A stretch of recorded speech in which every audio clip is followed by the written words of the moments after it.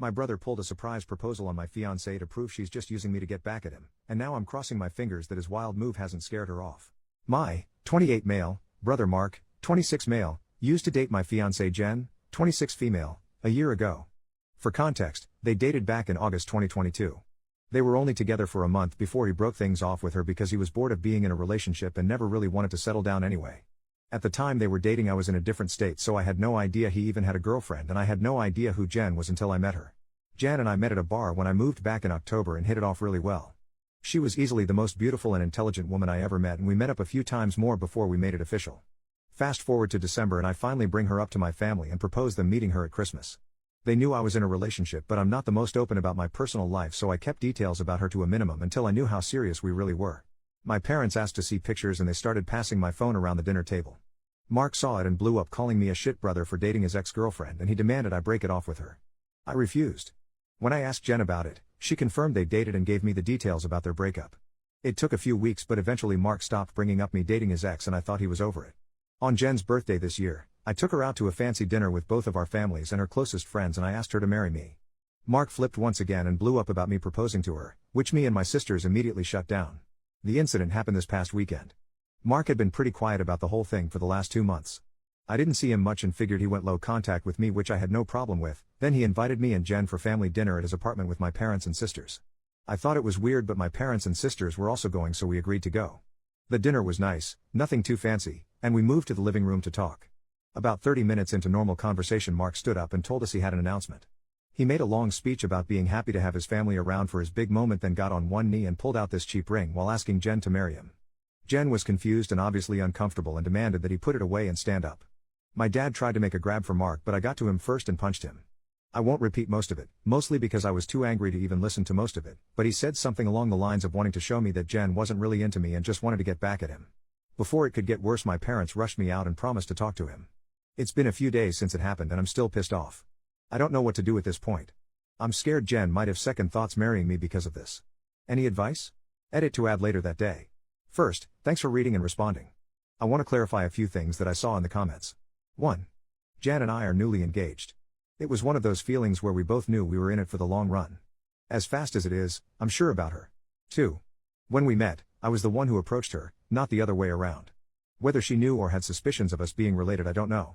I asked after finding out they dated and she says she had no idea. I didn't have a reason to doubt that, but I can admit this, seemingly, overreaction on Mark's part does raise red flags. 3. I had no idea she and Mark dated when I met her. Mark and I aren't close at all. We used to be, but as we grew up we drifted and talked less and less. Before I moved back, we didn't really speak much aside from special days like his or my birthday. Jen knew of my family but not much until I decided I was ready to introduce them to her. When she and Mark met, again, I didn't get a sense of any residual feelings on either part. She didn't treat him like a stranger, but she also wasn't overly affectionate with him either. 4. I was told this was a relationship that lasted a month. I didn't think I needed permission from Mark to ask her to marry me, but maybe that was wrong of me. I'm not sure. That being said, I plan to talk to Mark this weekend to lay everything out on the table and figure out what's up. I never asked for his side of their relationship, which is my fault for not doing my due diligence. Update 2 days later, I called Mark and asked him to meet up with me at my place to talk. I told him I would prefer Jen to be around for the talk as well, but I was cool with it if he didn't want her there. He agreed to talk to both of us and showed up at my place around noon today. It was pretty quiet for a few minutes before I started the conversation. I apologized for not warning him I would be proposing to Jen, and I apologized for hitting him. He said it was whatever, but he appreciated the apology. I told him what Jen had said about the relationship and breakup when I asked her about it, and I asked him to confirm if it was true. I pretty much said that his reaction throughout his whole thing has been extreme, and I wanted to make sure I wasn't misunderstanding their relationship or downplaying how serious they were. He confirmed that they only dated for a few weeks and he broke up with her because he lost interest. Jen asked if he was acting like this because he still had feelings or regrets about ending things with her. He said he could admit he thought she was more attractive than when he last saw her, but there weren't any feelings or regrets. He said he just didn't like seeing a girl he dated, even if it was short term, with his older brother, and as a man I shouldn't have violated him by pursuing things with his ex. I reminded him that I had no idea they dated, so it wasn't like I consciously did this knowing their history together. He shrugged me off and said it didn't matter, I still should have broken it off. He was adamant that if the roles were reversed he would have done the same thing, which I highly doubt. I asked him why he proposed to her if he didn't have any lingering feelings. Basically, to sum it up, he was talking about it to one of his buddies who was around when Mark and Jen dated, and the guy put the idea in his head that maybe Jen knew from the start that we were related and was doing this to get back at him, considering Jen had been hung up on him after they ended. He and his friend thought it would be a good idea to test it and see if they were right, so he came up with the idea to propose and see if she dumped me for him. Jen asked him to elaborate on why he thought she was hung up on him, and he told her that he heard she was asking about him following the breakup and still hanging out at the places they used to go to, so it was a valid assumption. Then for her to pop up randomly with his brother affirmed his suspicions. Jen told him she'd only asked about him once following the breakup and she'd been hanging out at those places with friends before they started dating and she wouldn't avoid them because of a breakup. She also told him she was offended at the idea that she would go as low as to pursue me, just to get back at him. He shrugged and gave her a half apology but said she had to see it from his point of view. He asked her if she really didn't know and she told him that she didn't see the resemblance in us until we were in the same room and we act nothing alike, so it never crossed her mind, and he said okay. That pretty much wrapped up the conversation. He did tell me before he left that I could take back his invite to the wedding because he can't bring himself to support our relationship knowing he used to date her. I told him he didn't have to worry about that as he was most likely going to be uninvited anyway. It's been a few hours since our talk and I do feel better. My parents aren't too happy about him being uninvited, but they understood that it was a mutual decision and probably for the best. My sisters told me they knew he didn't have a good reason for being a jerk and they don't blame me for not wanting him at the wedding. As of now, I'm going to limit contact with Mark and I doubt he'll reach out to me anytime soon either. Once again, I want to thank everyone for reading and commenting, and if anything significant happens, I'll update again. Second update 2 months later, so I've been low contact with Mark since our last conversation. I haven't called him and he hasn't called me, and our only interactions have been in family settings. As it stands, my mom is now upset that Mark is still uninvited for my wedding. It started with a comment made during my younger sister Sophie's birthday, 22 female. Her boyfriend of, I think, 4 years proposed to her at the end of the night and we sat around talking about what she envisioned for her dream wedding. She talked a bit about wanting a destination wedding and her ideas for the cake and dress. Then she said something along the lines of, "Teddy, I know Mark's banned from your wedding but you won't care if he comes to mine, right?" I laughed it off and told her I can't get mad about her guest list even if I wanted to. My mom gave me this weird look and asked if Mark was still not invited to my wedding. I told her yes and she got irritated. She told me she thought I was joking and said I was being unreasonable to go through with banning him from the wedding since he's family. She accused me of holding a grudge just to be petty. I reminded her that he and I agreed on him not coming. I then told her that this wasn't the time to talk about my wedding since the day was about Sophie, and if Mark or her want to talk about my wedding they can call me another time. Sophie laid into my mom a bit about trying to make her special day about Mark and my mom dropped the issue. For those of you who might be wondering, Mark wasn't at Sophie's party because he apparently had to work and couldn't make it. A few days later, my mom stopped by my house and said she wanted to discuss my wedding. She asked me why I was so adamant about Mark not coming to my wedding. She said that I shouldn't be so insecure about Mark and Jen's previous relationship and that uninviting him was a step too far. I told her that Mark and I mutually agreed on him not coming to the wedding and he can come to me about it himself if he has a problem with it. We got into an argument and she said that if I wasn't going to re-invite Mark then she would not be coming either because I'm ostracizing her son. I shrugged and told her if that's what she wants then she can toss her invite in the trash because I won't beg her to be there. She asked me if I would really be okay with her not attending and I told her it wouldn't be the first time she missed an event of mine because of Mark. She said I was being an off for throwing her past mistakes in her face and she stormed out. I then started getting messages and phone calls from her and a few family members about the whole situation saying I was in the wrong and urging me to invite Mark just to keep the peace. Jen's also been getting messages from my mom asking her to talk to me and get me to change my mind, but to my knowledge she hasn't been responding. So far, most of my mom's side of the family are standing in solidarity with her and not attending, while my dad and his side of the family, which is only my aunt and uncle and their 2 kids, agree with me and are still coming. My sisters are also still coming to the wedding and of course Jen's family too. Also, I talked to Mark about it and asked him if he had a problem with not having an invite. He said he uninvited himself in the first place and he doesn't get why they're making a big deal because he still doesn't want to go. He told me to leave him out of the fighting because he's not involved and he says he'd tell her the same. As of now, I'm back to being low contact with my mom, but my dad and I are still on decent terms. I'm still deciding on whether I'll re-invite my mom and her family, should they change their mind about the boycott, but the chances are low and I told my dad this too, which he understands. For now, Jan and I started looking into downsizing the venue since the guest list is significantly smaller. Update 3, my mom is uninvited from the wedding indefinitely. About 2 weeks after she decided to not come to the wedding, she stopped by and said she wanted to clear the air and talk about everything. We agreed and invited her in to join us for dinner. Jan made her a plate of food and I asked her if she was still planning on not coming to the wedding. She said that while she wants to, she can't get over me not inviting Mark because of a simple mistake. I reminded her that his simple mistake was proposing to my fiancée with me sitting less than 3 feet away from him, and she said it was just a joke. Jan asked her why she wanted to talk if she was maintaining the same stance on Mark coming to the wedding. She said she wanted to talk to Jen and she was hoping Jen would hear her out and talk me into inviting Mark again. She apparently assumed I was at work and she'd be able to catch her alone. Jen politely told her that she understood her thought process, but she wouldn't have had that conversation anyway without me present since this is about my brother. My mom made a comment somewhere in the lines of Jen being spineless and unable to have a conversation without me thinking for her, which started a pretty heated back and forth between the 3 of us before Jen told her to get out. She got up and started walking towards the door and my mom followed her still screaming at her. By this point she's yelling about her tearing our family apart. While Jen was unlocking the front door my mom grabbed her hair and pulled her to the ground still screaming. She hit her and tried to claw her face and I dragged her off of her and threw her outside. She banged on the door for a few minutes while I made sure Jen was okay before she left and called the both of us repeatedly. When I was sure Jen was okay I texted my mom and told her not to bother reaching out again because we'll never speak to her again. I called my dad and sisters and told them what happened too. My dad was surprised and tried to make excuses, saying she'd been stressed about this whole situation for a while. My sisters say they knew she'd snap eventually since she's always been a crazy bitch and they said they'd come make sure Jen is okay. I asked Jen if she wanted to press charges but she declined and said she only wanted to cut contact with her for good. I told that part was obvious but she should still talk to the police since she was physically assaulted but she doesn't want my mom to get arrested. My sisters and Jen's mom came by to comfort her thankfully so she's doing okay. My mom is blocked on everything until Jen says otherwise. I genuinely don't know what to do now. Jen doesn't want to go to the police because she'd feel guilty having her arrested over this, but my sisters and I want to convince her too, and I'd at least want documentation in case something happens in the future. Clarification and some background on my relationship with my parents. Some people were asking questions about my mom and my decision not to be open with Jen about my relationship with my parents. I figure I could give some background on why we're so strained. Like some of you said, Mark was the golden child. Mark was my mom's baby boy and she didn't do much to try and hide it. They didn't spend much time with my sisters and I like normal parents did with their kids unless they had to, but they'd spend time with Mark as often as possible like taking him out shopping while we stayed with a sitter, or bringing him home his favorite food and toys from the store when they'd shop alone.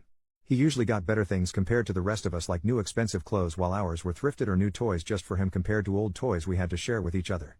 If my sisters and I got gifts, they were for us to share, but my mom made it pretty clear that Mark's things were only for him and we shouldn't touch it. When Mark would screw up, I'd get punished for not being a good role model and showing him the proper way to behave. For example, Mark went through a phase of breaking his toys and I got the beating because obviously he learned that behavior from me. When he was 8, Mark got in trouble at school for trying to push a kid down the stairs. I was grounded for 2 weeks and told to apologize to the kid for not teaching my brother right. When I turned 13, I pushed for my parents to start giving me an allowance. They agreed as long as I did household chores like mowing the lawn, taking out the trash, raking leaves, etc. It was usually somewhere around $25 a week to help me start saving. Mark saw that I was getting money and he begged my parents for an allowance too. Instead of making him work, $10 of my allowance money was given to him each week because we were doing such a good job with our chores, that he never touched. Whenever I asked him to help, he'd tell me it's not his job to do chores so why should he bother.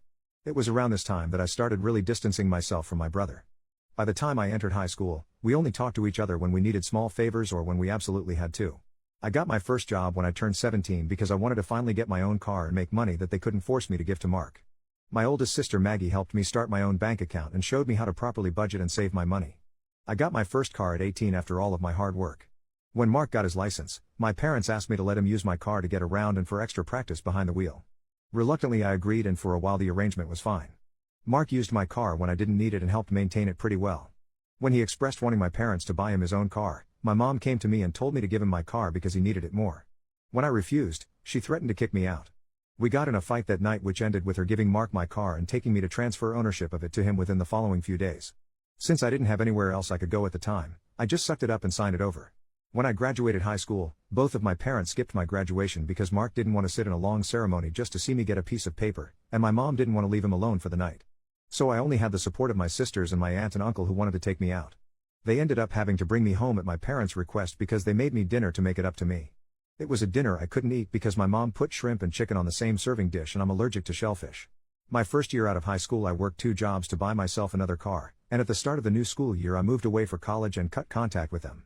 They, mostly my mom, tried to reach out for the first few months via social media and Sophie, but I never responded and I told Sophie she would be cut off too if she kept trying. When she couldn't get to me through Sophie, she tried going through my older sister Charlotte, and a few times through Maggie and Mark until I threatened to file a restraining order for harassment.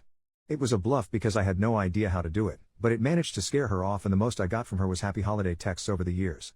Around the time I moved back, Charlotte told me they had been seeing a family therapist, at Charlotte's request, and my parents wanted to apologize for their treatment of us. I was hesitant but I agreed as long as they would be genuine, and the reconciliation process started when I moved back home. That doesn't even scratch the surface of everything they put me through, and it took a lot for me to even begin to let them back into my life. When I met Jen, I wasn't sure where my relationship with her was going or where my relationship with my parents was going. I didn't want to mention my family at all mostly because I was ready to cut contact again if I needed to. Jen was understanding of it being a sore subject and didn't press for more. I hope this helps shed some light on some of the questions I've been seeing pop up. Update 4. I want to thank everyone who's taken the time to give me advice on what to do going forward and all the kind messages and comments I've gotten over the past few days and weeks. Jan and I have read the comments together and everything is appreciated. To answer the most common question about why I chose to reconnect after everything, the short answer is because I would do anything for my sisters. Charlotte wanted the entire family around and for the birth of her first child and to help her while she adjusts. She didn't want part-time aunts and uncles who would only visit her kid during birthdays and holidays. She was never the type to ask for much of anything growing up, so when she asked if I would be willing to try for her, I agreed because it would make her happy. I also think part of me hoped that maybe they'd changed. I don't regret trying to reconcile either. My parents are still terrible, but I met the love of my life, so I call it a win. A few people wanted to know if there's an update, so here we go. Sorry if it's a mess or confusing, a lot has happened. We filed a report with the police and were told that even though Jen doesn't want to pursue anything, it's not up to us to decide whether it goes further, but they would keep our preference in mind. We provided some pretty decent evidence of the assault, including pictures of Jen's face and texts with my mom and dad talking about what happened. We were advised to report and record any other incidents with my mom going further in case anything else happens. Considering where we live, I doubt it'll go anywhere, but at least we have it on record. I got about 100 angry text messages that tell me they at least spoke with her regarding the incident. My mom tried to corner me leaving my job and screamed at me about trying to ruin her life. She kept screaming that I was an awful son for trying to get her arrested over a small misunderstanding and she didn't understand what she'd done to deserve being punished like this. I told her that if she didn't like being in legal trouble then she shouldn't have hit Jen. She demanded I tell the police to forget the report, which I refused. I told her exactly what the officer said about it being out of my hands. She had a tantrum in the parking lot and hit me a few times, just on the chest and arm, before security intervened and dragged her off the property. I had to talk to my boss about the incident. Luckily she was understanding of everything going on after I explained what was happening. When I got home, I told Jen what happened. She was upset and asked that we discuss the plan with my family moving forward. It was a long talk, but we took the advice of some Redditors and decided to go completely no contact with my family aside from my sisters. We agreed that having them in my life is adding unnecessary stress for the both of us, and we aren't even married yet. She told me she wanted to consider moving away and putting some distance between us and my family. She said that she tried to stay out of my family issues because it's not her place, but she refuses to put up with my mom and her behavior or my dad enabling her abuse. A lot more was said, too much to put in this post, but I agreed with her that they were more trouble than they're worth and I also don't want to put up with this anymore. I also agreed to go to therapy and she's helping me find a therapist. I decided to call my dad after our talk and let him know I would be going no contact. He didn't answer the first time I called, so I left a message asking to have a long talk. When he called back, he asked if it was okay for my mom to be a part of the conversation. I told him it was okay since she needed to hear what I had to say too. The conversation went about as well as you could expect. I told them both that Jen and I are cutting them out of our lives. My dad demanded to know why I would do something like that after going through all the trouble of repairing our relationship. I told him that this entire thing with Mark has shown me that nothing is actually repaired between us and, as far as they're concerned, the world revolves only around my mom and my little brother. I told them that their continued favoritism of Mark has brought our relationship to a point of no return and that I wasn't interested in holding on to a failing relationship. I told them that I agreed to reconcile for Charlotte's sake, but I don't appreciate all of the disrespect towards me and Jen, and that I wouldn't put up with it anymore for both of our sakes. To my mom specifically, I told her that I was tired of her using me as a scapegoat for her bad parenting and Mark's attitude. I also told her that I would never forgive her for what she did to Jen and what she did to me and my sisters growing up. She started to say how I should move on like my sisters have, but I cut her off and told her that she should take their forgiveness and move on because she would never receive it from me, especially after everything she's done these last few weeks. She started crying and asking me how I could treat her like such a villain. I told her she could only be upset with herself because I've done nothing wrong. She cried harder and told me how much she regretted having me and how I've only tried to ruin her life. This started a heated argument between her and Jen once again, and Jen told her in much more colorful words that she was disgusting, and plenty of other nice names, for saying something like that to me. I don't know if she left the room or just decided to shut up, but my mom stopped talking when Jen was done speaking to her. My dad said he wasn't okay with being shut out of my life and he asked me to try to understand my mom's point of view. He said that she was also struggling because her kids were at odds and I was being unfair to punish her for her struggles with raising and caring for us. The last thing he said was that we were a family and I shouldn't let past mistakes stop us from moving forward together. I told him that the only person she ever cared for was Mark and herself, and there was nothing he could say or do to make me change my mind. I told him that it was up to him whether to keep my number, but I would be blocking him and my mom everywhere and I wouldn't be reaching out again. Then I hung up. Afterward, I sent a long email with a link to my posts attached to my entire family on inviting everyone except my aunt and uncle and my sisters to the wedding. I hadn't cried in a long time, but Jen held me while I cried after writing the email and she assured me we would be okay. My sisters also reached out to me after reading the email. I apologized to Charlotte for not being able to continue reconciling like she wanted, but she told me it was okay and it's not my fault I had to cut them off again. The response from my family has been pretty mixed. Some are angry I aired out family issues on a public internet forum, while others are pissed at my parents because they never knew it was this bad. The last person I talked to about everything was Mark. He asked if I was cutting him off too, and I told him I wasn't, but I wouldn't be going out of my way to reach out to him either. He didn't argue and just wished me the best with the wedding, and we haven't spoken since. Right now, Jan and I are looking for a new place to stay. The plan is to move closer to Jen's brother. He lives about 3 hours from where we are now, and Jan and I like the city he's in. I spoke to my boss about transferring, and Jan is looking into the option of working 100% remotely or possibly finding a new job. And once again our venue's changed. Since the guest list is significantly smaller, my future brother-in-law is considering letting us use his lake house for our wedding. I don't plan to post any more about this unless the sky falls, at least not until the wedding, because I want to move on with life, but I want to thank you all for your comments and advice. New update 10 months later. Hey everyone, it's been a while since I posted here. Things have been busy, but I saw a few requests for an update. It's small, but here it is. I have a wife and a newborn daughter now.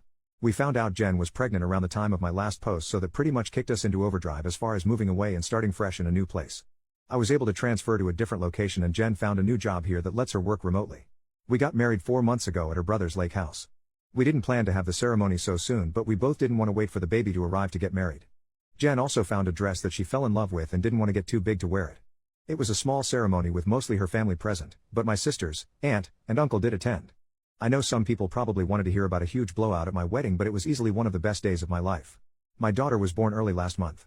She's beautiful, happy, and healthy. Jen's also doing okay. The last stretch of the pregnancy was hard for her both emotionally and physically, but since giving birth she's been doing better. She's seeing a doctor regularly during this postpartum phase due to complications she had during the pregnancy, but so far there aren't any major health concerns for her. Besides complaining about the doctor visits, I don't think I've seen a frown on her face since we've brought our daughter home. As for my parents, I haven't heard from my dad, but my mom did reach out a few days after the wedding. Apparently my uncle sent them some of the photos they took at the wedding. My mom made a fake Facebook page and started spamming Jen and I with angry messages about excluding her from both the wedding and from Jen's pregnancy. She went on a lengthy tirade about being entitled to being part of her grandchild's life and about how unfair it was that she wasn't allowed to be present in our lives. She asked to come visit us, demanded we visit her, and even asked to be in the delivery room, all of which was quickly shut down by me. I screenshot everything and emailed it to myself in case I'd need it for a protection order in the future, then I blocked her. I haven't heard from her since, but I know she's been harassing my sisters to get us to talk to her. I don't know what, if anything, they're doing about it, but I did make it clear that we have nothing to talk about with her. For everyone wondering if Mark and I have been in contact, the answer is yes. He called after we came back from our honeymoon and congratulated us on the wedding and pregnancy. We did have a long talk about everything that happened. I won't go into detail, but we both got to say a lot, and he did offer both me and Jen what feels like a sincere apology for what he did. We've been texting a bit here and there since we talked. It's mostly just small talk and life updates, but he did invite me to have a drink with him next time I'm in town. I don't know if I'll accept it, but I told him I'd think about it. Thanks everyone for the support and well wishes you've all given us. Sorry if this update was all over the place. Edit, just to clear it up before anyone asks, Mark doesn't know where I live and likely won't know in the future. If he chooses to give updates about my life to my parents, that's his choice. I won't give him any details that he can pass on that would help them pop up unannounced. Unfortunately, even if we are able to form some sort of relationship, I'll never be able to fully trust him.